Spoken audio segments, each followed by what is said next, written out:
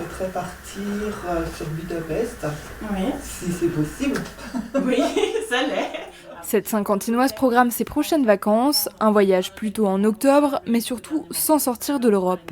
On voyage pas mal, surtout mon mari, mais je connais pas Budapest et c'est un rêve d'y aller depuis très longtemps. C'est un projet qu'on a depuis 2 ans et on aimerait bien le faire.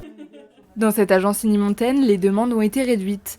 Emmanuel vend un voyage par jour. À la même époque, l'année dernière, 2 à 3 séjours étaient réservés quotidiennement. Et pour l'été, la tendance va plutôt à l'Hexagone. Beaucoup nous disent je veux pas partir en dehors de la France parce que si jamais on doit être reconfiné, on veut pas être confiné à destination.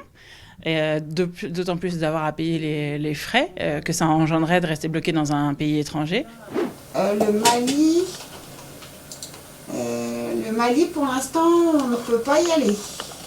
Un voyage hors d'Europe encore compliqué. Dès le 1er juillet, les Français peuvent se déplacer en dehors de l'Union européenne, à condition que l'épidémie soit maîtrisée dans le pays souhaité.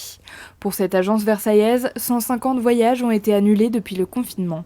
Même là, des gens qui devaient partir le 3 juillet, je viens d'avoir une annulation de vol pour la Guadeloupe. Donc vraiment, on n'a aucune certitude et c'est ça qui est le plus, on va dire, le plus compliqué, parce qu'on ne peut pas les rassurer. Ça se comprend ils ont envie de partir, mais nous, on n'a pas plus d'informations, malheureusement.